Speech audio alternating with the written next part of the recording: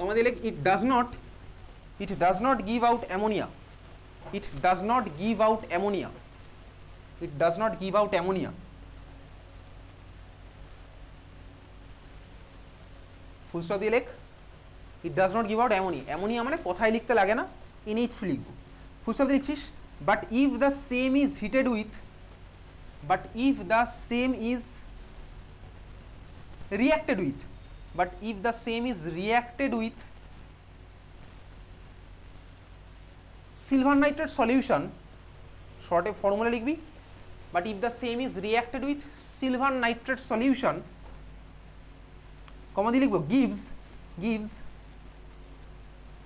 white precipitate of AgCl, gives white precipitate of AgCl bracket 1 equivalent, gives white precipitate of AgCl bracket 1 equivalent। কোশ্চেনটা লিখছি, write the structure of, full stop দিয়ে write the structure of coordination compound, write the structure of coordination compound and its IUPAC name,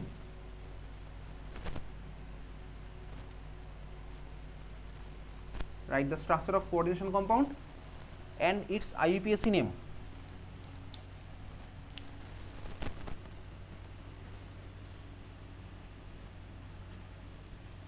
আমাকে বলেছে আমার কাছে একটা compound আছে যার ফর্মুলা বেসিক্যালি এরকম COCl3.4NH3।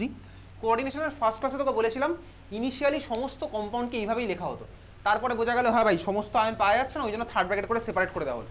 প্রথম ক্লাসে কোঅর্ডিনেশন বলেছিলাম সমস্ত কম্পাউন্ডকেই প্রথমে এরকম ডট ফর্মেটেই লেখা হতো, তারপরে বোঝা গেল যে ভাই পাওয়া যাচ্ছে না, তাহলে আলাদা করে থার্ড ব্র্যাকেটের মধ্যে লিখি। এখন এটাই আমার অ্যান্সার নয়, এটা আমার অ্যান্সার নয়, কোঅর্ডিনেশনকে আমি এইভাবে লিখি না, ইনিশিয়ালি এইভাবে লেখা হতো, ঠিক আছে। এখন বলেছে এটাকে আমি হিট করছি, হিট করলে কোনো রকম কোনো অ্যামোনিয়া পেলাম না। এটার মানে কি? এটার মানে হচ্ছে আমার যে কোঅর্ডিনেশন কম্পাউন্ডটা হবে তার মধ্যে ডট ফরম্যাটে কোনো NH3 থাকবে না। এটার মানেটা হচ্ছে ডট ফরম্যাটে NH3 থাকবে না মানে কি? দেখ আমি এর আগে পড়েছিলাম ক্লাস 9-10 লেভেলে CuSO4.5H2 করতাম এরকম। এটাকে হিট করলে আমার এখান থেকে CuSO4 আর 5H2 আলাদা আলাদা হয়ে যেত, মানে এই ডটের পার্টটা বেরিয়ে চলে যেত। এটা আমি ক্লাস 9-10 লেভেলে পড়েছিলাম, 11-12 নয়, তার আগেই পড়েছি। কোশ্চেনে বলেছে আমার যে মলিকিউলটা আছে ওটাকে হিট করলে ওখান থেকে আমি অ্যামোনিয়া পাই না, তার মানে আমার অ্যান্সারের মধ্যে বুঝতে পাচ্ছি থার্ড ব্র্যাকেটের মধ্যেই অ্যামোনিয়া থাকবে, থার্ড ব্র্যাকেটের বাইরে ডট ফরম্যাটে NH3 আমার থাকবে না। বোঝা গেল? আমার এই কোশ্চেনে বলেছে যে আমার যে কোঅর্ডিনেশন কম্পাউন্ডটা আছে ওটাকে হিট করলে আমি অ্যামোনিয়া আলাদা করে পাই না। অ্যামোনিয়া পাই না মানে কি? ডট ফরম্যাটে NH3 নেই, অ্যামোনিয়াটা ভিতরে আছে, ভিতরে আছে বলে আমার বেরিয়ে যায়নি। বোঝা গেল? কোশ্চেনটার পরে আমি এটাকে বুঝতে পারলাম। তাহলে আমার এই কোশ্চেনটাতে NH3 গুলো সবকটাই লিগ্যান্ড হিসেবে ইউজ হলো, এটা আমি বুঝেছি। তাহলে এই কোশ্চেনে আমার সবকটা NH3 লিগ্যান্ড হিসেবে ইউজ হয়েছে, এটা আমি বুঝতে পারলাম। ক্লিয়ার? হ্যাঁ ক্লিয়ার হয়েছে। এখন কোশ্চেনটাতে আমাকে কিছু বলেছে, কোঅর্ডিনেশন আমার কিছু বলেনি, বলার দরকার নেই। তাহলে আমি বুঝলাম কি থার্ড ব্র্যাকেটের মধ্যে আমার অ্যামোনিয়াটা হবে। বোঝা গেছে? এত অবধি বুঝতে পেরেছি। কারণ ডট ফরম্যাটে NH3 থাকলে হিট করলে আমার অ্যামোনিয়া বেরিয়ে যেত, এটা ক্লাস 9-10 লেভেলের কনসেপ্ট। ভিতরে আমার কটা অ্যামোনিয়া হবে? যতগুলো ছিল ততগুলোই। তাহলে বল ভিতরে কটা NH3 লিখবো? ভিতরে কটা NH3 লিখবো? NH3 4খানা আমার ভিতরে হবে। এখন বুঝতে পারছি না ভাই কোঅর্ডিনেশন আমার কি 4 হবে না 6 হবে, সেটা আমি বুঝতে পারছি না। কিন্তু আমার কাছে আরেকটা ইনফরমেশন দেওয়া আছে। কি ইনফরমেশন দেওয়া আছে? দেওয়া আছে হচ্ছে এই কোঅর্ডিনেশন কম্পাউন্ডটাকে বা এর অ্যাকোয়াস সলিউশনকে আমি যখন সিলভার নাইট্রেট দিয়ে ট্রিট করছি তখন আমি কি পাচ্ছি? কি পাচ্ছি বল? AgCl পাচ্ছি 1 ইকুইভ্যালেন্ট। তার মানে কত মোল AgCl পেলাম? 1 মোল AgCl পেয়েছি। আচ্ছা 1 মোল AgCl পেলাম মানে আগের স্টেপে কতগুলো Cl- প্রডিউস হয়েছে বলতো? একখানা Cl- প্রডিউস হয়েছে। একখানা Cl- যদি প্রডিউস হয় তার মানে থার্ড ব্র্যাকেটের বাইরে কতগুলো Cl আছে? একখানাই Cl আছে। তাহলে এটা বুঝতে পারলাম যে 3খানা Cl তো ছিল, যেই আমি বুঝলাম 1 মোল AgCl, তার মানে আগের স্টেপে আমরা 1 মোল Cl- প্রডিউস হয়েছে।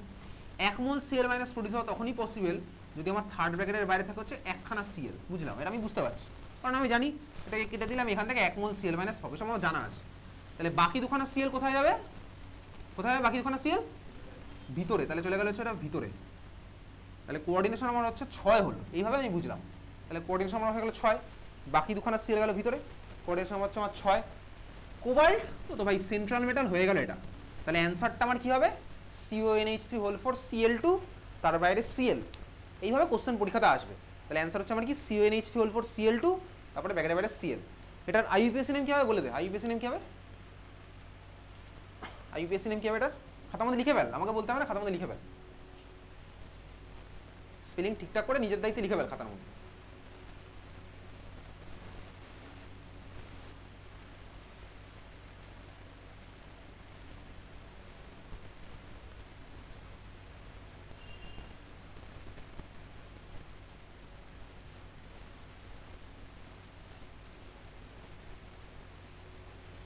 কি হবে এটার নামে এনাহিতা?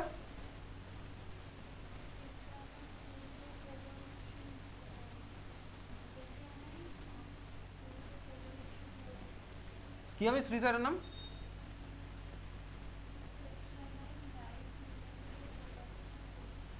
কোবাল্ট 3, তারপরে শুনতে পাচ্ছি না, কোবাল্ট 3 পরের পার্টটা ক্লোরিন। কি হবে রাহুল এটা? Exactly, tetramine dichlorido cobalt 3 chloride. আইপিএসসি হয়ে গেছে আমাদের আগের ক্লাসে প্রবাবলি। তারপরে দুজনের অ্যান্সার ভুল, একজনের অ্যান্সার ঠিক, একজন তো ডাই বলেনি। যাই হোক চল, তাহলে এই হচ্ছে আমার অ্যান্সার, বোঝা গেল?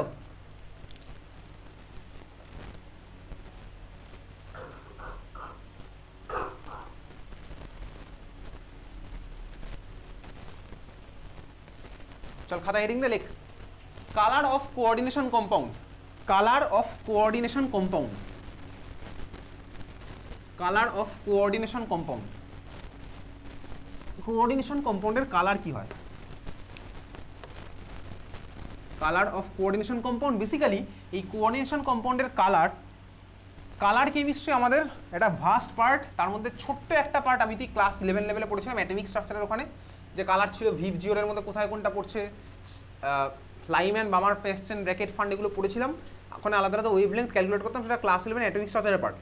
তো বেসিক্যালি কোঅর্ডিনেশন কম্পাউন্ডের কালার কীভাবে হচ্ছে মারাত্মক ইম্পর্টেন্ট পার্ট। শুধু এই জিনিসটা, এই কনসেপ্টটা আমার এই চ্যাপ্টার নয়, অ্যাজ ওয়েল অ্যাজ আমাদের লাগবে হচ্ছে ডি অ্যান্ড ডে ব্লকের অ্যান্সারের মধ্যেও লাগবে, ভরিয়ে ওখান থেকে আসবে। তোকে জিজ্ঞেস করবে র্যান্ডম দিয়ে এটা আমার কালার হবে নাকি কালার হবে না। তো বেসিক্যালি ধর আমার কাছে আছে হচ্ছে, আমি লাস্ট ক্লাসে পড়েছিলাম ক্রিস্টাল ফিল্ড থিওরি, স্প্লিটিং আমার পড়া আছে। তো ক্রিস্টাল ফিল্ড থিওরি যখন আমি পড়েছি তখন আমি দেখেছি ভাই আমার সেন্ট্রাল মেটালের যে ডি সাবশেলগুলো আছে, ডি অরবিটালগুলো আছে, ওরা আমার স্প্লিট হয়ে এরকম এরকম ভাঙছে। 2 নিচে 3, বল নিচের 3খানার নাম কি ছিল? T2G, এর উপরটার নাম কি ছিল? ইজি। তার মানে এটা আবার লিগ্যান্ডের উপর বেস করে ভাঙাটা কম বেশি হবে। সেটা কে কম কে বেশি ভাঙবে সেটা আমরা পরের ক্লাসে পড়বো। একটা সিরিজ আছে স্পেকট্রোকেমিক্যাল সিরিজ বলে, ওটা আমাকে মুখস্থ করতে হবে, কে বেশি ভাঙবে, কে কোন অর্ডারে ভাঙবে। তাহলে আমি জানি স্ট্রং ফিল্ড বেশি ভাঙে, উইক ফিল্ড আমার কম ভাঙে। তাহলে সবার জন্য এই গ্যাপটা আমার আলাদা আলাদা হয়। এটা কি গ্যাপ? এটা হচ্ছে এনার্জিরই গ্যাপ। তাহলে এটা হচ্ছে আমার এনার্জির গ্যাপ। এইবারে ধর আমার মলিকিউলটার মধ্যে যে সেন্ট্রাল মেটালটা বুঝতে পারলাম, তাহলে সেন্ট্রাল মেটালের আমার ডিগুলো এরকম স্প্লিট করে গেছে, ওদের এনার্জি আমার আলাদা আলাদা হয়ে গেছে। এটা হচ্ছে T2G আছে, ওটা হচ্ছে আমার ইজি আছে, এই কেস আমি জানি। এখন আমি সাপোজ এই মলিকুলের মধ্যে সেন্ট্রাল মেটাল যেটা আছে, মানে যার মধ্যে আছে ওই মলিকুল কোঅর্ডিনেশন কম্পাউন্ডের মধ্যে আমার লাইট কীভাবে হয়, কালার আমি কীভাবে দেখতে পাই, ওর উপর আমার লাইট পড়ছে। এখন ধর এর উপর আমার ভিজিবল লাইট পড়লো। ভিজিবল লাইট মানে হচ্ছে ভিভ জিওর ধর আমার এর মধ্যে পড়ছে, এর মধ্যে সাপোজ আমার এরকম ভিভ জিওর এর মধ্যে পড়ছে, তাহলে আমার কোম্পানির মধ্যে বলে ভিভ জিওর। এইবারে ভিভ জিওর মানে আমি জানি যদি ভিভ জিওর এরকম যাই, যত ভায়োলেট থেকে রেডের দিকে আমি যাব তত আমার ওয়েভলেংথ বাড়ে না কমে? এটা তোর ফিজিক্সের ক্লাসেও লাগে। ভিভ জিওর যত আমি ভায়োলেট থেকে রেডের দিকে যাবো তত আমার ওয়েভলেংথ বাড়ে না কমে? ওয়েভলেংথ হচ্ছে আমার বাড়ে। ওয়েভলেংথ বাড়লে ফ্রিকোয়েন্সি আমার বাড়ে না কমে? ফ্রিকোয়েন্সি আমার কমে। এনার্জি আমার বাড়ে না কমে? এনার্জি হচ্ছে আমার কমে।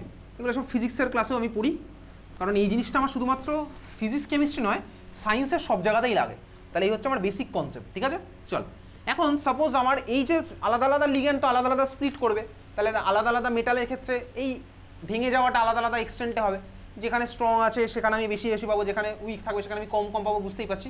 তাহলে এই এনার্জি গ্যাপটাও আলাদা আলাদা কেস ওয়াইজ আলাদা আলাদা আমার হবে। এখন সাপোজ আমি যে ভিভ জিওরটা ফেললাম, মানে ভিজিবল লাইটটা আমি যে ফেলেছি এর উপরে, ধর আমার এখানে অরেঞ্জের সাথে অরেঞ্জের যে করেসপন্ডিং ওয়েভলেংথ সেটার সাথে সাপোজ আমার এই গ্যাপটা ম্যাচ করে গেছে। সাপোজ আমার অরেঞ্জের যে ওয়েভলেংথের যে গ্যাপটা আছে, অরেঞ্জের যে ওয়েভলেংথটা হয় সেটার সাথে আমার ধর এই মেটালের এই যে গ্যাপটা আমি দেখতে পাচ্ছি সেটা আমার ম্যাচ করে গেছে। যদি আমার ম্যাচ করে যায় তখন আমার কি হবে, টি2জিতে যে ইলেকট্রন ছিল সে আমার এক্সাইট হয়ে চলে যাবে উপরে। ক্লাস 11 পড়তাম একই গল্প, ইলেকট্রন আমার এক্সাইটে চলে যাচ্ছে, এনার্জি অ্যাবসর্ব করলে আমার ইলেকট্রন নিচ থেকে উপরে চলে যায়। ক্লাস 11 পড়েছিলাম ইলেকট্রন অ্যাবসর্ব যদি এনার্জি করে তাহলে ইলেকট্রন আমার লোয়ার এনার্জি লেভেল থেকে হায়ার এনার্জি লেভেলে যাবে। তাহলে আমার সাপোজ অরেঞ্জ না, সাপোজ অরেঞ্জের সাথে আমার এখানে ম্যাচ করে গেছে, যদি আমার এখানে অরেঞ্জের সাথে ম্যাচ করে যায় তাহলে ইলেকট্রন আমার এখান থেকে এখানে চলে গেল, বুঝতে পারলাম। এইবারে তাহলে সিস্টেম থেকে বেরিয়ে যাবে কে, অরেঞ্জ বাদ দিয়ে বাকি পার্টটা আমার এখানে বেরোবে। তাহলে অরেঞ্জ বাদ দিয়ে বাকি পার্টটা মানে সাপোজ আমার এই জিনিসটা বেরোবে, কি এলো, অরেঞ্জটা মিসিং, রেড, এই পার্টটা আমার বেরোবে। তাহলে এখন আমি দেখতে পাচ্ছি সিস্টেম থেকে আমার এই জিনিসটা বেরিয়ে আসছে, অরেঞ্জটা আমার অ্যাবজর্ব হয়ে গেছে, মানে কি অরেঞ্জের করেসপন্ডিং ওয়েভলেংথ হয়ে গেছে আমার অ্যাবজর্ব। যদি আমার অ্যাবজর্ব হয় তাহলে এবার এই বাকি পার্টটা বেরিয়ে আসছে। এবার আমাদের তো হিউম্যান আইয়ের একটা সেন্সিটিভিটি আছে অবভিয়াসলি চোখের, আমরা এই রিজিয়নটাকে, এই পুরো জিনিসটাকে উইদাউট অরেঞ্জ দেখি হচ্ছে ব্লু এর মতন। আমরা এই পুরো জিনিসটাকে, আমাদের হিউম্যান আইয়ের এটা সেন্সিটিভিটির একটা ব্যাপার আছে, আমরা কি দেখি, যদি ভিজিওরের মধ্যে অরেঞ্জ না থাকে আমরা এই পুরো জিনিসটাকে দেখবো হচ্ছে লাইক ব্লু, ব্লু এর দিকে দেখবো। এটাকে বলা হচ্ছে কমপ্লিমেন্টারি কালার। গুগলে সার্চ করলে পেয়ে যাবি কমপ্লিমেন্টারি কালার, দেখবি যে অরেঞ্জের উল্টো দিকে ব্লুটা দেওয়া আছে, ঠিক আছে, গুগলে সার্চ করে দেখ কমপ্লিমেন্টারি কালার বলে দেওয়া আছে, আমি তোকে দেখিয়ে দিচ্ছি, তুই বাড়ি গিয়ে সার্চ করবি কমপ্লিমেন্টারি কালার, ঠিক আছে, এটাকে কালার হুইলও বলে। তো বেসিক্যালি যেটা অ্যাবজর্ব করলো আমরা চোখে, আমাদের হিউম্যান আইয়ের যে লিমিটেশন আছে ওর জন্য আমরা দেখতে পাই হচ্ছে ওর উল্টো দিকের কালার। সেই উল্টো দিকের কালার কোথা থেকে আসছে, এটা কালার হুইল বলে একটা জিনিস আছে সেখান থেকে। এই আমি তোকে কালার হুইল দেখিয়ে দিচ্ছি, এটা হচ্ছে কালার হুইল। আমার এখানে সাপোজ অরেঞ্জ আমার এখানে অ্যাবজর্ব করেছিল, তাহলে আমি দেখতে পাচ্ছি হচ্ছে ব্লু এর দিকে, এটা আমাদের হিউম্যান আইয়ের লিমিটেশন, ঠিক আছে, বোঝা গেছে। তাহলে অরেঞ্জটা আমার অ্যাবজর্ব করেছিল, আমি দেখতে পাচ্ছি কোনটা, ব্লু এর পার্টটা, বোঝা গেছে। তাহলে এটা হচ্ছে আমাদের কালার হুইলের পার্ট। যাই হোক, কালার হুইল আমি বুঝতে পারলাম। তাহলে এই হচ্ছে আমাদের মেন ফান্ডা কোঅর্ডিনেশন কম্পাউন্ডের কালার শো করার জন্য। এইবারে দেখ, এই যে ইলেকট্রন এক্সাইড হয়েছিল, তাহলে আমি মেনলি কালার দেখতে পাচ্ছি কি, আমার ইলেকট্রন এখান থেকে এখানে এক্সাইড হয়েছে, তাহলে আমার সাপোজ ইলেকট্রন উপরে চলে যাচ্ছে, বোঝা গেছে এত অবধি। তাহলে এই হচ্ছে আমার কালার দেখার মেন ফান্ডা, ক্লিয়ার। তাহলে চল খাতার মধ্যে লেখ। তাহলে এবার আমি দেখবো হচ্ছে ভাই ইলেকট্রনকে নিচ থেকে উপরে এক্সাইট করে পাঠাবো, কালার দেখতে পাবো কোথায়, কালার দেখতে পাবো না। যে কেসে ভাই এনার্জি অ্যাবজর্ব করছে, মানে কি ইলেকট্রনকে নিচ থেকে উপরে যেতে হবে, তাহলে যে কেসে আমার ইলেকট্রন এরকম নিচ থেকে উপরে অ্যাবজর্ব হয়ে যাবে সেই কেসে আমি কালারগুলো দেখতে পাবো, বোঝা গেছে। যে কেসে আমার ইলেকট্রন এরকম নিচ থেকে অ্যাবজর্ব হয়ে উপরে যাবে সেই কেসেই আমি কালার দেখতে পাবো। চল তাহলে আমি কোথায় কোথায় কালার দেখা যায়, কোথায় কোথায় কালার দেখা যায় দেখা যাক। লেখ খাতায় লেখ, ফার্স্ট 1 নম্বর লেখ D1, 1 নম্বর লিখিস D1, D1 লিখে 3-2 ফর্মেটে ভেঙে দে D1। তাহলে এখন দেখছি যে D1 এর মধ্যে এরকম 3-2 ফর্মেটে ভাঙলাম। D1 এ সাপোজ নিচে একটা ইলেকট্রন আছে, তুই বল এখানে কি ইলেকট্রন এক্সাইডে উপরে যাবে, অবভিয়াসলি যাবে। তাহলে D1 এ ইলেকট্রন যদি এক্সাইডে নিচ থেকে উপরে যায় তাহলে D1 কি কালার্ড হবে না, কালার্ড হবে না, অবভিয়াসলি কালার্ড হবে। তার মানে D1 আমার কি হলো, কালার্ড, D1 হচ্ছে আমার কালার্ড। তাহলে D1 এর কেসে আমি ইলেকট্রন নিচ থেকে এক্সাইড করে উপরে পাঠাতে পারি, তাহলে ভাই এক্সাইড উপরে পাঠাতে পারি মানে কি এনার্জি অ্যাবজর্ব করবে, তার মানে এই সিনারিওগুলো ঘটবে, তার মানে D1 হচ্ছে আমার কালার্ড, ঠিক আছে, বোঝা গেছে। পরেরটা D2 মানে কি, এইভাবে আঁকলাম D2। তুই বল D2 তে ইলেকট্রন নিচ থেকে উপরে যেতে পারবে, D2 তে ইলেকট্রন নিচ থেকে উপরে যেতে পারবে, আরে হ্যাঁ কি না বলবি কথায়, D2 তে ইলেকট্রন নিচ থেকে উপরে যেতে পারবে, হ্যাঁ যেতে পারবে এক্স্যাক্টলি, ভাই নিচ থেকে একটা উপরে চলে যাবে ইলেকট্রন, তাহলে D2 হবে হচ্ছে আমার কালার্ড। তাহলে D1 ছিল আমার কালার্ড, পরেরটা আমার কি হলো D2 হচ্ছে আমার কালার্ড, বোঝা গেল, D2 হচ্ছে আমার কালার্ড, ক্লিয়ার, বুঝতে পারলাম। D2 হচ্ছে আমার coloured, clear. D3 next, D3 ছবি হচ্ছে আমার এরকম, D3 ছবি হচ্ছে আমার এরকম।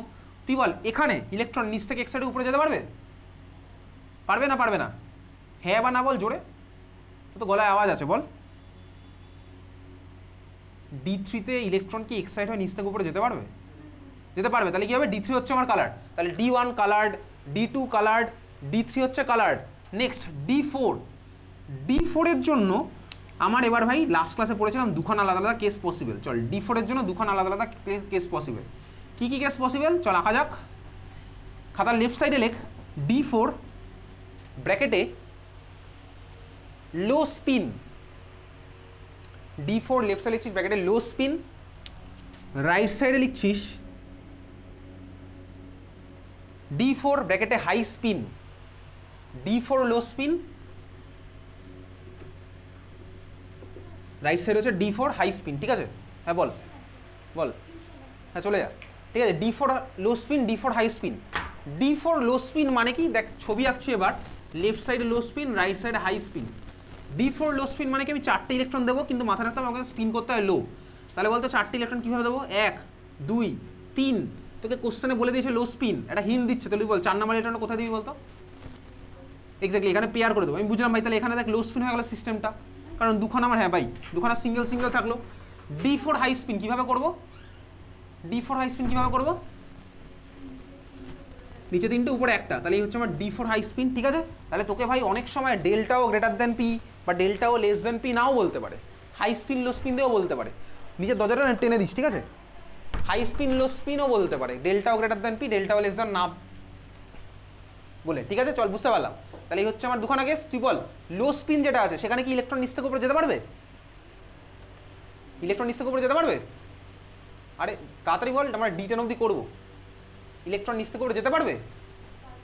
পারবে। কোথায় পারবে? এই সিঙ্গেল ইলেকট্রন চলে যাবে নিচ থেকে উপরে। তাহলে লো স্পিন আমার কি হলো, D4 লো স্পিন কালার্ড হয়েছে, বোঝা গেল। D4 লো স্পিনও হচ্ছে আমাদের কালার্ড।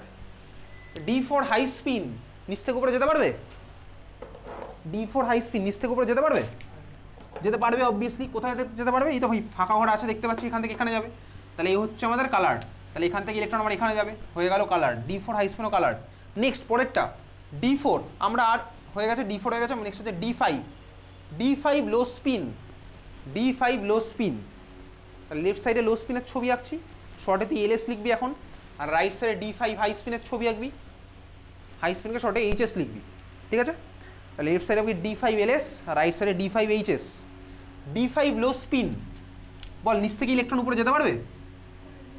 পারবে যেতে, অবভিয়াসলি দেখতে পাচ্ছি এখান থেকে যাবে। বা পেয়ারিং ভেঙেও যেতে পারে, এনার্জি বেশি বলে পেয়ারিং ভেঙে যাবে, তাহলে আমি কালার্ড পাবো। তাহলে D5 লো স্পিন আমার coloured. D5 high spin electron যেতে পারবে? এখান থেকে ইলেকট্রন চলে যাবে উপরে, এই যে পেয়ার করে চলে যাবে, তাহলে নিচে একটা ফাঁকা রেখে উপরে পেয়ার করে চলে গেলো। তাহলে D5 হাই স্পিন আমার ইলেকট্রন উপরে যেতে পারবে, তাহলে এটা হচ্ছে আমার কালার্ড, বোঝা গেছে। তাহলে D5 হাই স্পিন হচ্ছে আমার কালার্ড। নেক্সট, আর ছবি আঁকার দরকার নেই, এবার তুই ছবি তো আঁকাই আছে, D5 এর মধ্যে তুই মডিফাই করে ভেবে ভেবে বলবি। বল D6 লো স্পিন কি হবে, বল D6 লো স্পিন কালার্ড হবে নাকি কালার্ড হবে না? D6 লো স্পিন কালার্ড হবে নাকি কালার্ড হবে না? কালার্ড হবে। D6 লো স্পিন কালার্ড হবে, বুঝতেই পারছি। নিচে 6টা হয়ে গেল, উপরে তো ফাঁকা আছে, তাহলে আমি ইলেকট্রন পাঠিয়ে দেবো। তাহলে D6 LS হচ্ছে আমার কালার্ড। এখন শর্টে লিখছি, আর ছবি আঁকবো না, ছবি তুই বাড়িকে চাইলে আঁকতে পারিস, ঠিক আছে। আমি এখানে আর বাকিগুলো ছবি আঁকতে বলি না। তাহলে D6 LS হচ্ছে আমার কালার্ড। D6 HS কি হবে, কালার্ড হবে না?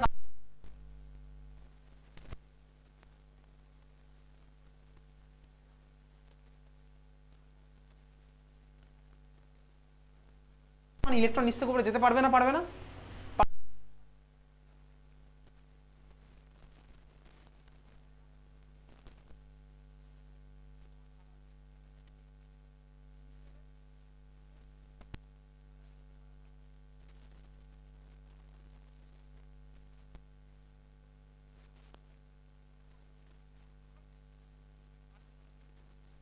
কালার্ড।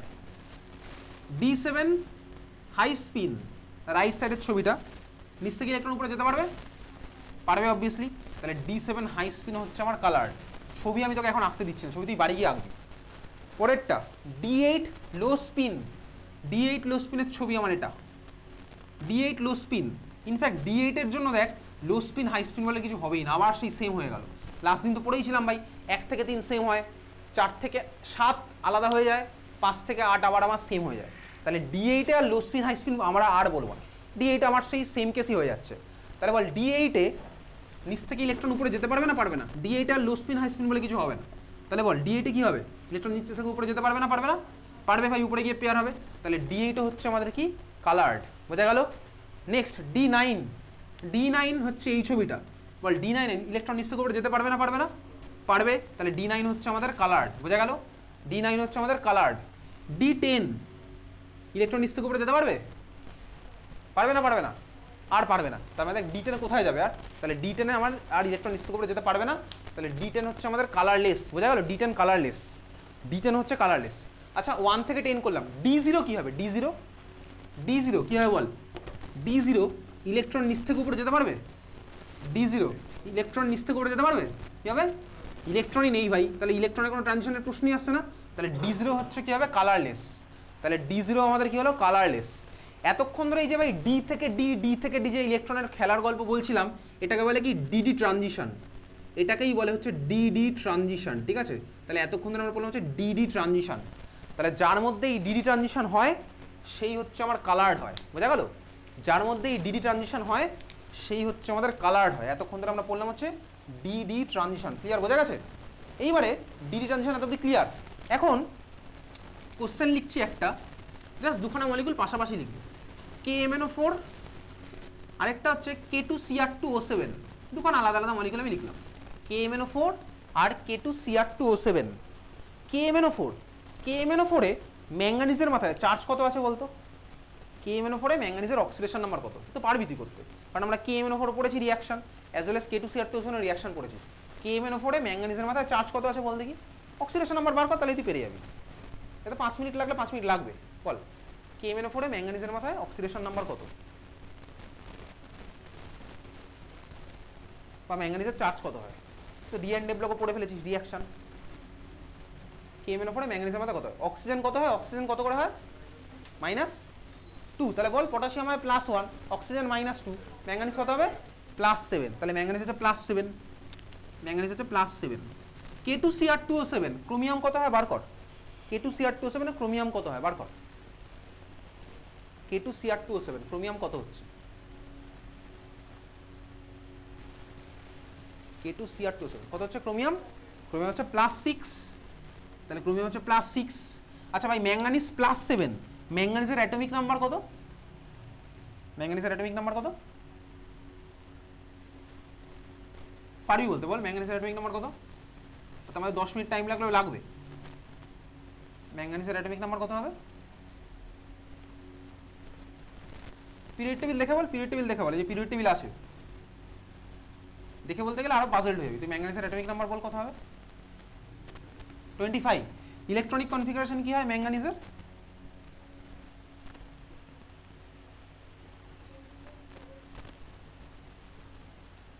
ম্যাঙ্গানিজ হচ্ছে 25, তাহলে ইলেকট্রনিক কনফিগারেশন কি হবে? ভুল বলছিল ওই জন্য আমি কিছু বললাম না।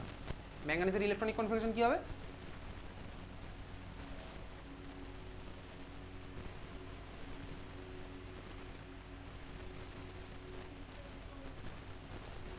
ম্যাঙ্গানিজ হচ্ছে 25, ইলেকট্রনিক কনফিগারেশন কি হবে? এখনো ম্যাঙ্গানিজ বলবি, ক্রোমিয়াম বলবি, দেরি আছে এখনো, ঠিক আছে। ম্যাঙ্গানিজের ইলেকট্রনিক কনফিগারেশন কি হয়? 25 অ্যাটমিক নাম্বার। আমরা তো এতদিন হাইব্রিডেশন করলাম ঘুরিয়ে ঘুরিয়ে, তাহলে তো এগুলো তো পারা উচিত, তাহলে বলে ফেলাগে 3d5 4s 4s 3d5 এর পরে শুনতে পাইনি কিছু। ম্যাঙ্গানিজের ইলেকট্রনিক কনফিগারেশন কত হয় বল, তারপরে ক্রোমিয়ামও বলবি। ম্যাঙ্গানিজ কত হয় বল, 3d 4s শুনতে পাচ্ছি না, 4s to 3d5, 4s to 3d5। Manganese +7 এর কত হবে? ম্যাঙ্গানিজ +7 এর কত হবে? d0। ক্রোমিয়ামের ইলেকট্রনিক কনফিগারেশন কত হয়? 4s1 3d5। ক্রোমিয়াম +6 এর কত হয়? d0। আচ্ছা KMnO4 এও ম্যাঙ্গানিজ d0, K2Cr2O7 এও ক্রোমিয়াম d0। এইবারে তুই KMnO4 স্কুলের ল্যাবে দেখেছিস পার্পল কালারের, কালার আছে। K2Cr2O7 স্কুলের ল্যাবে দেখেছিস অরেঞ্জ কালারের। তাহলে দেখ এখানে কিন্তু ভাই এগুলো কোঅর্ডিনেশন কম্পাউন্ড হয়, জানিস তো। KMnO4 কে ভাঙলে আমি পাই হচ্ছে K+ আর MnO4-। আমি কিন্তু এখান থেকে কোনোদিনও অক্সাইড আয়ন পাই না। K2Cr2O7 কে ভাঙলে আমি পাই হচ্ছে K+ আর Cr2O7-2। আমি কিন্তু এখান থেকে কোনোদিনও O-2 পাই না। এইভাবে তো ছোটবেলা থেকে লেখা হয়, কিন্তু এগুলো কোঅর্ডিনেশন স্বাভাবিকভাবেই সবকটা। মানে ম্যাঙ্গানিজের চারিদিকে আমার অক্সিজেন লিগ্যান্ডের মতন কাজ করছে, ক্রোমিয়ামের ছদিকে অক্সিজেন ছদিক বা যে কদিকে হোক অক্সিজেন লিগ্যান্ডের মতন কাজ করছে, তাহলে এগুলো সব কোঅর্ডিনেশন কম্পাউন্ড। তাহলে ম্যাঙ্গানিজ হচ্ছে সেন্ট্রাল অ্যাটম, ক্রোমিয়াম হচ্ছে সেন্ট্রাল অ্যাটম। দেখ সেন্ট্রাল অ্যাটমগুলো এখানে হয়ে গেল d0, d0। এই মাত্র পড়েছিলাম কি ভাই d0 মানে কি হয়? কালার্ড হয় নাকি কালারলেস হয়? কালারলেস। কিন্তু ভাই এরা তো সুন্দর কালার শো করছে, আমি দেখে ভাই স্কুলের ল্যাবে পার্পল কালার, কেউ হচ্ছে ভাই অরেঞ্জ কালার শো করছে। কেন ভাই কালার শো করছে? তার কারণ হচ্ছে দেখ এই প্রত্যেকটা কেসে লিগ্যান্ড আমার কি O-2 ligand, oxide ligand, obviously ligand হচ্ছে O-2। আর দেখ ভাই এখানে এগুলো হচ্ছে ডি এর ইলেকট্রনিক স্প্লিটিং এর পর এরকম হচ্ছে, বুঝতে পারছি সেন্ট্রাল মেটালে ভেঙে গেছে এরকম, ডিতে ইলেকট্রন নেই, লিগ্যান্ডের কাছে ইলেকট্রন আছে, মেটালের কাছে ইলেকট্রন নেই। যেটা হয় লিগ্যান্ড ওর ইলেকট্রন ভাই এই সিস্টেমের মধ্যে দেয়, লিগ্যান্ড থেকে মেটালে ইলেকট্রন আসলে আমার কি হয়, ক্লাস 11-এ পড়েছিলাম ভাই, ইলেকট্রন যত ডিলোকালাইজ হয় তত আমার সিস্টেমের স্টেবিলিটি বাড়ে, ক্লাস 11-এ পড়েছিলাম, ওই জন্যই রেজোনেন্স পড়েছিলাম। তাহলে কি হয় বলতে, এখানে লিগ্যান্ড থেকে মেটালে চার্জ ট্রান্সফার হয়, ইলেকট্রন মানেই চার্জ ট্রান্সফার, ঠিক আছে, এটাকে বলে কি LMCT, ligand to metal charge transfer. তাহলে এই সিস্টেমগুলোতে আমার কি হয়, অক্সাইড মেটালের মধ্যে চার্জ ট্রান্সফার করে, এটাকে বলে কি LMCT, ligand to metal charge transfer, LMCT, ligand to metal charge transfer. তোকে পরীক্ষাতে কোশ্চেন করবে এই কোশ্চেনগুলো যে KMNO4 বা K2Cr2O7 এখানে সেন্ট্রাল মেটাল D0 হলেও কেন এরা কালারলেস হয়, সরি কালার্ড হয়, তার কারণ কি, তার কারণ হচ্ছে এখানে অক্সাইড আমার এখানে LMCT দেখাবে, বোঝা গেছে, অক্সাইড এখানে ligand to metal charge transfer করবে। এত অবধি ক্লিয়ার, বোঝা গেল? চল আজকে এত অবধি, দেখা হচ্ছে পরের দিন তুই করে আসবি হচ্ছে ওই স্কুলের কোশ্চেনগুলো করে আসবি, ঠিক আছে, CFSEর কোশ্চেন পারবো না স্বাভাবিকভাবেই, বা স্পেকট্রোকেমিক্যাল সিরিজ পারবো না, ওগুলো বাদ দিয়ে তুই বাকিগুলো করে আসবি, দেখবি অনেক কোশ্চেন থাকবে কোনটা কালার্ড হবে কোনটা কালার্ড হবে না, তুই জাস্ট বার করবি ভাই ওর মধ্যে ডি এর মধ্যে কটা ইলেকট্রন আছে, এই ধরনের কোশ্চেন, বোঝা গেল? চল আজকে তো দেখা হচ্ছে নেক্সট উইক।